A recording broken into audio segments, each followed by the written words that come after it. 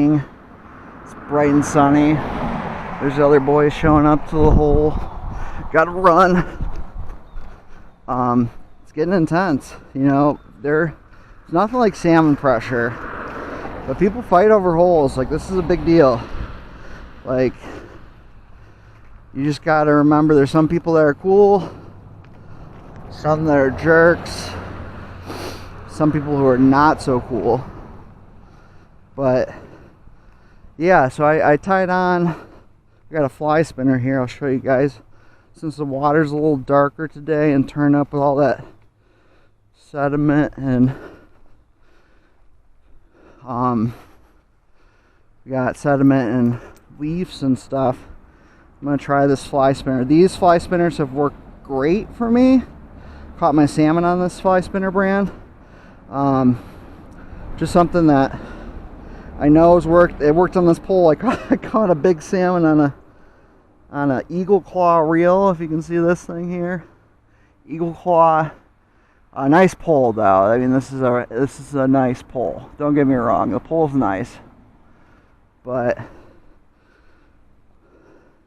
yeah. So I know these work, and I know from a buddy of mine that they work for Steelhead too. So I'm gonna go ahead and plop this in the water.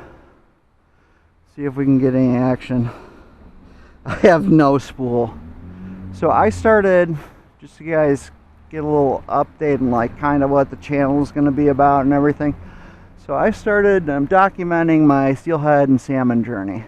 I found out that I think let's say 3 years ago now, so in 2022, that salmon in Michigan migrate up the waters and fall, the rivers. I didn't know that. I was just fishing for bass in a river in a little town called Escoda, where the Au River is. And I was just fishing there for bass, and I saw all these salmon on beds, and I'm like, oh my gosh, what are these fish? And sure enough, I had been salmon fishing before in the big lake, and I knew what they kind of looked like, so I figured that's what they were. And then, of course, everybody around me, I was like, hey, there's some big fish. Well, the salmon. So I figured out they were salmon. Wow, that turned into an obsession. And all of 2022, I was obsessed with catching a salmon. I had no idea how to do it. I'm asking my dad. I'm looking up things online. I'm making my own rigs, curing my. I use salmon eggs from somebody else's salmon. I netted for them for, like, in a spawn bag that was made out of like the orange, like, you know how you get clementines, like the mesh from that. I had no idea they sold that stuff. So I'm doing everything I can. Obviously, you can understand 2022 didn't work out too well for me for salmon, but I did learn something. I found a guide who randomly hollered at me from the riverbank, let me know who he was, gave me his phone number. I hit him up, and he's like, you want to go steelhead fishing? Because this time it was end of October, like right now, end of October, and the salmon are half dead to all the way dead. And I'm like, sure, yeah, let's go steelhead fishing. What are those? And I looked them up. They're rainbow trout that goes to Lake Michigan or Lake Huron. That's the lake we were on, that side. It gets bigger and comes back and will migrate in the rivers. So I'm like, cool. So we go steelhead fishing. We have a blast. I catch some Atlantic salmon, which are special to that side of the state, in the Lake Huron. The Atlantic salmon population, they spawn in November, so they're all over too. We had a blast and developed a friendship with him. He's always going to be my guide. Great guide. River Rat Guide Service in Michigan. He's in Ludington. Check him out. But I was obsessed with, after I caught my first steelhead, and it was just a baby guy, a little like rainbow trout basically, and I was obsessed with these salmon steelhead. And I made it my life's goal that next year I would catch one by myself. And the next year rolls around, I'm still living there, and the spring comes. I continue to go out with a guide and by myself. Over the winter I tried steelhead, didn't catch anything. So I don't catch anything. I'm a little discouraged, but I don't give up. So I let the guide know. We go fishing. We catch some Atlantic salmon, some steelhead in the winter. And I'm like, man, it'd be so great if I had a boat. But I'm determined to catch these things from shore. So I don't catch a single goddamn fish. Not a single goddamn fish on the Osable River without a guide. So I ended up moving back here in May of 2023 to West Michigan, which I found out way more salmon and steelhead on this side of the state anyway. So good for me. So I start fishing. This is in fall. Oh, I fish with Ryan, the guide, in fall 2023. Don't really go that hard for fall salmon or steelhead outside of with Ryan. I caught a couple. I caught salmon. I caught some steelhead. Like, we had fun. I do it through winter of 2024. So I caught a monster steelhead with him in the Pier Marquette, and I was so stoked about that. And I remember that like it was yesterday on hammerhead bead, and I was determined to catch one from shore by myself, no guide. So I learned how to do all this stuff from him, learning online how to get a bead set up, a double bead set up. And just one day I decided to call into work because I was wanting to fish. And the fish were in the river, and I went downtown Grand Rapids. And if you guys don't know, that place is a crazy town. I'm talking snaggers, people fishing without fishing licenses, people fishing on top of each other, next to each other. The whole river all the way across at the dam, 6th Street Dam, is completely packed. And then I'm fishing on the wall, which I get a drop net from one of my buddies. So I learned how to use a drop net. And I'm super, like, I don't know what I'm doing half the time. I'm fishing, and that day was so special because I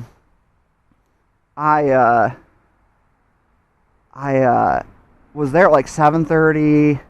First few casts, nothing, and then bam, right in front of me. Like, I cast straight ahead, 15 feet off the balcony, the ledge there, and I hook a decent sized fish.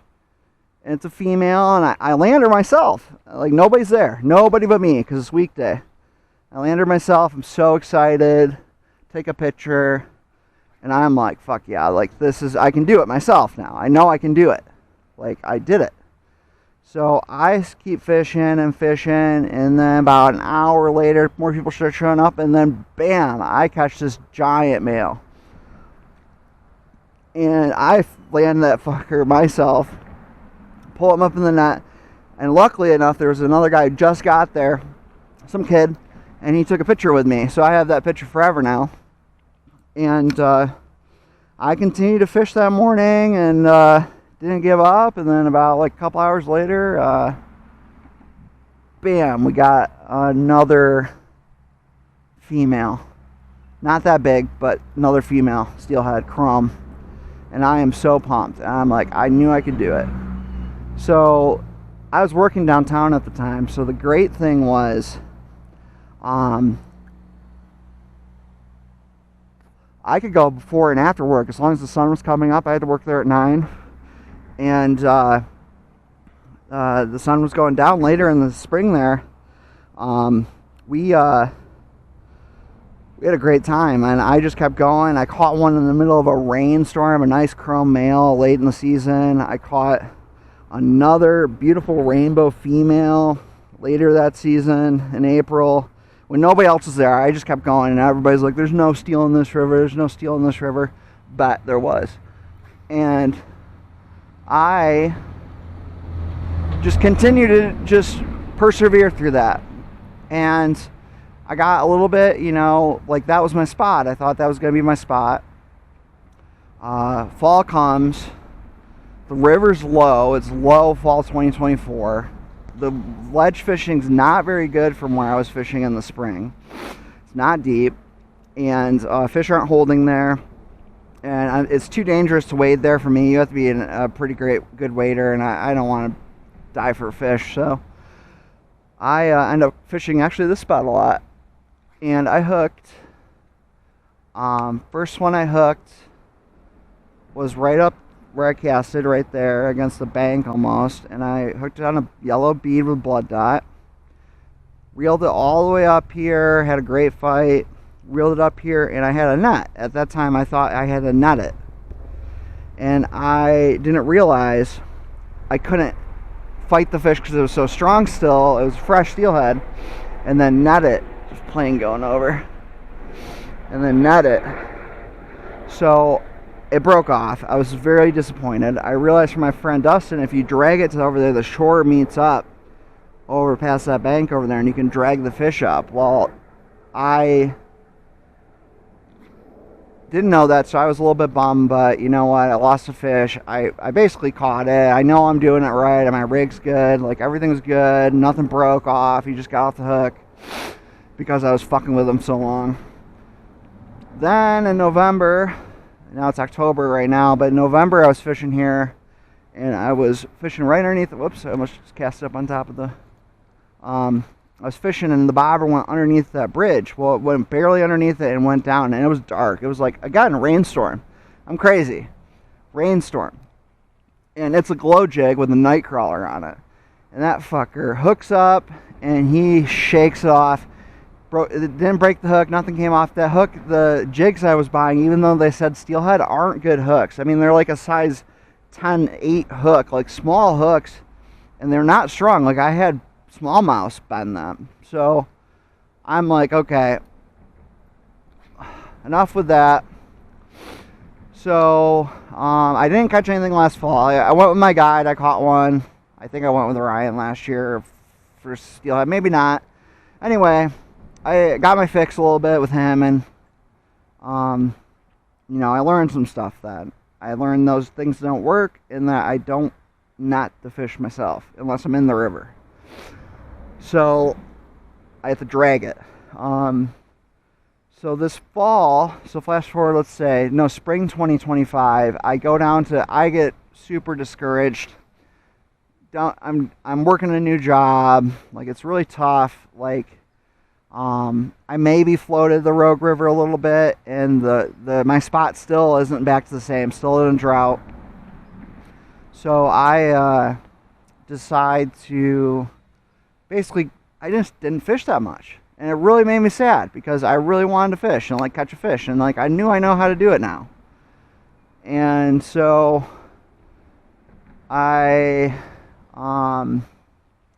so this is 3 years of experience now. I have 3 years of experience, and I have not caught a salmon yet coming into the fall. I've not caught a salmon.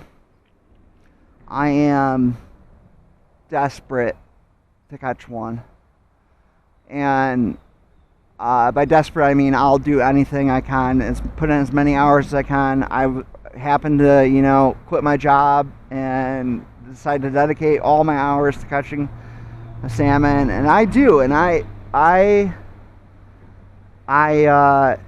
I'm using beads, I'm using skein, and different locations on this river here. I'm trying to figure out the river because I know where the spots are at now, and I'm following the run, and I'm seeing them. I know where they're at. I'm not getting anything to bite, and they're just lockjaw. And I got to the point where I was so depressed because I know I'm not a bad angler.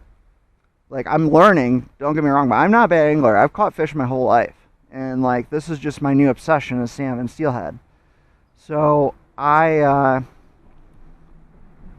know I'm a good angler, so I keep at it, man. And one night, had a long drive back from Ann Arbor, which is across the state, and I was like, man, I do not want to go fishing, but it was a month ago to the day tomorrow, and it was here, this spot.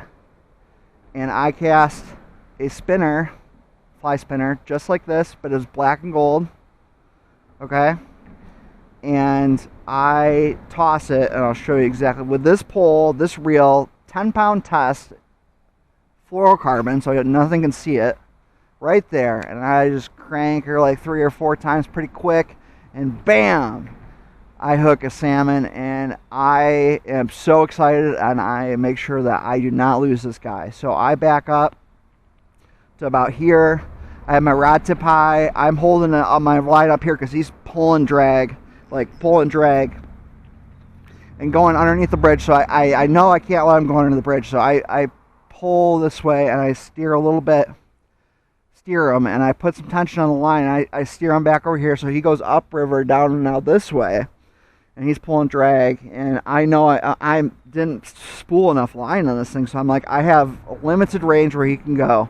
So I gently steer him as best I can, and I'm pulling, and I get him tired out, and I get him to the shore here, and then I have to drag him all the way underneath this bridge. And while I'm dragging him on the water, I'm constant tension on the line, make sure it's tight, and he's just pulling drag, coming back, and I had to fight him all the way over there. I get him up on there, and I pull him up on shore, nothing breaks, and I jump on him, and I celebrate that fish.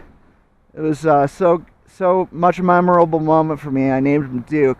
That king salmon meant everything to me. And this is the spot I caught it. And this is the spot that I know holds fish. And I just wanted to share that story with you, because moral of the story is, if you don't give up, I know it sounds so cliche, but especially with fishing, if you don't give up, get advice from friends, get advice from YouTube, get advice from online. Fuck, ask ChatGPT. I don't care what you do. Just research as much as possible. Go to the spots. Find the fish. Watch the fish. You know, I was watching the fish all fall this year. I was watching them swim. I was watching where they're at. I was watching them pull right glasses. I just watched fish and understood what they wanted.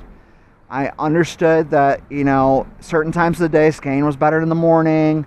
And in the evening, put set in the water, it's good central. The spinners are good. Beads are good, but you know, I'm not getting very much luck on beads in this river, so I'm going to try something different. And the fly spinner's what got it. So I'm going to actually hang it up, guys. That was good fishing. I'm going to post this on my channel. This is going to be my first video. So I hope you guys like it. All right. Peace.